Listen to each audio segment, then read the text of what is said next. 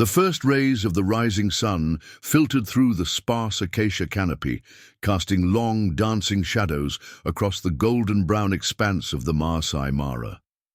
A gentle breeze, cool with the promise of the coming heat, carried the scent of wild sage and damp earth.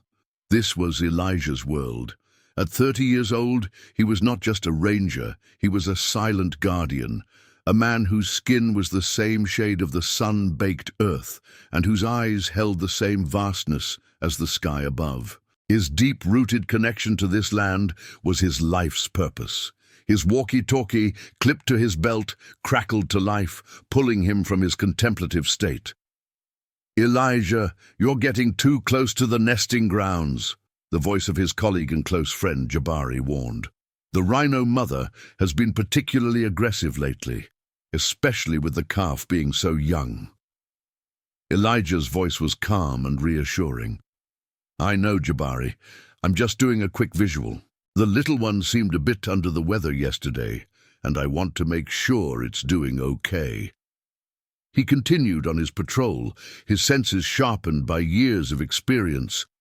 He moved with a quiet, almost imperceptible rhythm, his boots making only the softest of sounds on the dusty trail. He passed a small, muddy watering hole where a graceful family of giraffes was drinking, their long necks silhouetted against the vibrant sky. The scene was one of perfect, timeless peace. Suddenly, a deep, guttural snort shattered the morning's tranquility. A hulking grey form emerged from the thick savanna grass. A massive mother rhino, her eyes burning with a protective fury. She spotted Elijah. Her head lowered, and without a moment's hesitation she charged. Elijah's heart hammered against his ribs. He knew better than to run. A rhino could outpace him easily. He tried to stand his ground, to make himself seem bigger, but he stumbled on a hidden root. He fell hard, his leg twisting at an unnatural angle with a sickening crack that echoed in the brief silence. A searing, white-hot pain exploded from his knee, and he cried out, a guttural sound of pure agony. The rhino bore down on him, her lethal horn pointed directly at his chest. Just as the end seemed imminent, an earth-shaking roar tore through the air. A massive bull elephant, a magnificent creature known throughout the preserve as Musa, burst onto the scene. Musa was an old acquaintance of Elijah's. They had shared a silent understanding for years. The elephant's ears were flared wide, his trunk raised high, and his eyes blazed with a fury that rivaled the rhino's. He charged, not at the rhino directly, but positioned his immense, powerful body between her and the fallen ranger. The rhino, startled and intimidated by the sheer size and aggression of the elephant, stopped short. She snorted, a frustrated gust of air from her nostrils, and with a final stomp, she turned and disappeared back into the thicket, leaving a wake of bent grass behind her. Elijah lay on the ground, his body trembling, the pain a distant echo to the adrenaline coursing through him. He looked up at Musa, who stood watch over him, his powerful form blocking the sun. The elephant's large, intelligent eyes met his, and in them Elijah saw not a wild beast, but a compassionate ally. In that moment of profound relief and raw, humbling awe, Elijah knew he wasn't just a guardian of the wild. He was a part of it, protected by it. With the rhino gone, a chilling silence fell over the savannah, but the danger was far from over. The sun was now a fierce, relentless orb in the sky, and the heat began to build, turning the air into a heavy, oppressive blanket. Elijah's leg throbbed with a pain so intense it made his head spin.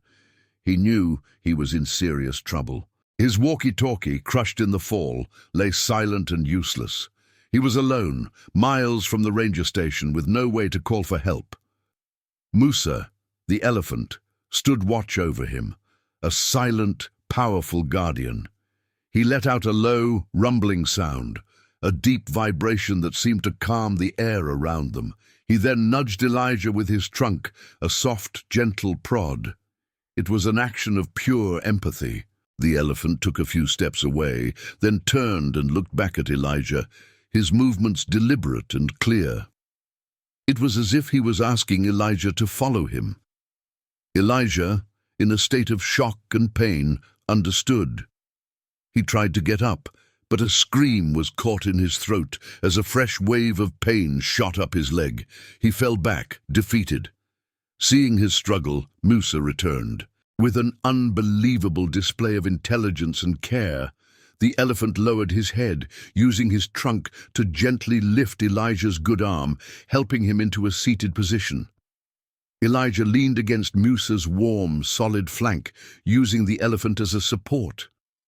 The sheer size and power of the animal were intimidating, but the gentle way he moved filled Elijah with an almost childlike trust. Slowly, painfully, they began a slow, deliberate journey. Musa moved with an unnatural caution, each step measured and careful, as if he knew that even a slight jostle could cause more pain. The sun beat down, and sweat dripped from Elijah's brow. He rested his head against the elephant's tough, wrinkled hide, and in the rhythm of their slow, shared movement, he found a strange sense of peace. This wasn't just an animal saving a human. It was a connection forged in the crucible of fear and survival, an unbreakable bond that defied all understanding. Back at the ranger station, a sense of unease had been building for hours. Jabari, a man whose face was a roadmap of a lifetime spent in the bush, felt it most acutely. Elijah's walkie-talkie had been silent for far too long. "Something's not right," he told the others. "Elijah never goes silent like this. The rhino nesting grounds are a dangerous place." Jabari quickly assembled a small, elite search party. The team included not just fellow rangers, but also 2 elders from the local Maasai community, men who knew the land and its creatures with an intimacy that went beyond any map or radio signal. They set out in a weathered jeep, their faces grim, a mix of determination and dread etched into their features. The sun was now at its zenith, and the air was thick with shimmering heat. The team followed Elijah's known patrol route, their eyes scanning the ground for any sign. Soon they found it: the torn earth, the fresh, deep rhino tracks, the smashed walkie-talkie. Jabari's heart sank. This was not a simple patrol gone wrong. This was a serious incident. After hours of relentless searching, they spotted them. Elijah and Musa were resting in the shade of a large baobab tree by a winding stream. The sight was a mixed blessing. A wave of relief washed over Jabari at the sight of his friend alive, but it was immediately replaced by a new, daunting challenge. Musa stood guard over Elijah, a magnificent, imposing figure. How could they approach? To a protective elephant, any human, even a rescuer, could be perceived as a threat. The team stopped the jeep at a safe distance. The Maasai elder, his face a mask of calm wisdom, spoke softly. "The elephant sees him as a friend. We must show him we are friends too, not a danger." He suggested a peaceful, non-threatening approach, a careful negotiation with nature itself. They couldn't rush in. They had to earn the elephant's trust first, for Elijah's sake. The tension was palpable. This wasn't just a rescue mission anymore. It was a test of their understanding and respect for the wild they were sworn to protect. Did you love this chapter? Don't forget to subscribe and like this video. This story is a fictional dramatization. The rescue team, under Jabari's careful guidance and the wise counsel of the Maasai elders, began their slow, deliberate approach. They left the jeep behind, moving on foot. They spoke in soft, calm voices, avoiding any sudden movements or loud sounds. One of the Maasai elders began to sing a gentle, traditional song, a melody passed down through generations, meant to soothe and honor the spirits of the wild. It was a song of respect, a song that said, "We come in peace." Musa, hearing the familiar, non-threatening sounds, seemed to understand. He watched them, his large ears gently flapping. The tension in his posture began to ease. He let out a low, rumbling sound, a sound of understanding, and slowly, deliberately, he backed away, creating a safe space for the rangers to tend to Elijah. He did not leave. He stood at a distance, a silent, powerful sentinel, watching over his friend, ensuring that the new arrivals were indeed there to help. The rangers quickly but carefully moved to Elijah's side. The young ranger's face was pale with pain, but his eyes were bright with relief. They assessed his leg, a textbook compound fracture. They splinted the limb with great care, using a makeshift splint fashioned from acacia branches and torn strips of cloth.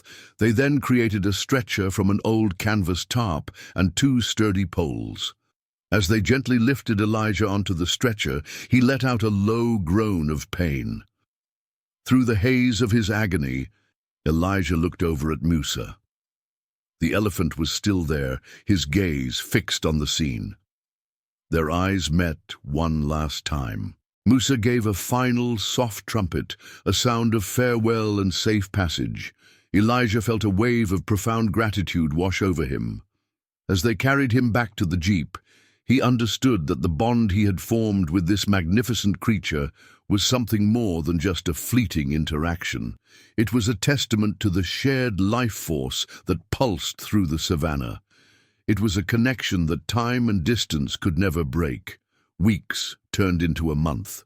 Elijah's leg was mending slowly, his body recovering, but his spirit was forever changed.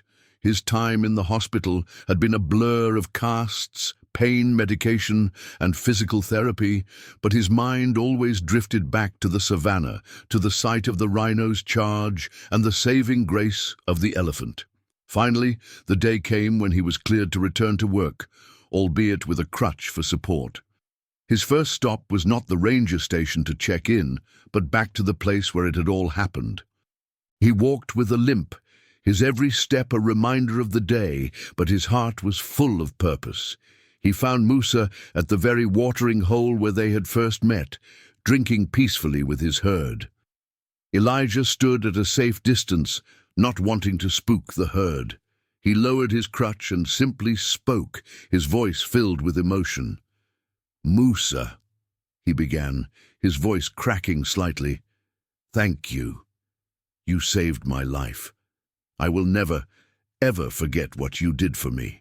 He knew the elephant couldn't understand the words, but he believed the sentiment was clear. Musa looked up from his drink, his trunk raising a plume of water to his mouth. He met Elijah's gaze, and with a soft, knowing trumpet, he moved away from the herd and walked slowly towards the ranger. He stopped just in front of Elijah, his head held high. Then, in a final, stunning display of trust and affection, he raised his trunk and gently rested the tip on Elijah's shoulder. It was a moment that transcended language, a handshake between 2 beings from different worlds, united by a shared experience. This was not just a story of a rescue, it was a story of mutual respect, of profound understanding, and of the incredible strength found in the most unlikely of alliances.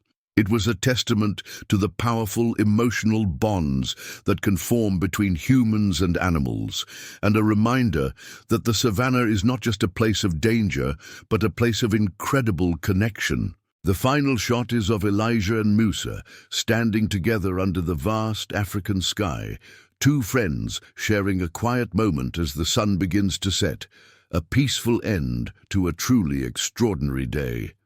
Don't miss the rest of this incredible story. Subscribe to our channel and ring the bell so you don't miss the next chapter of this epic tale. This is a fictional dramatization.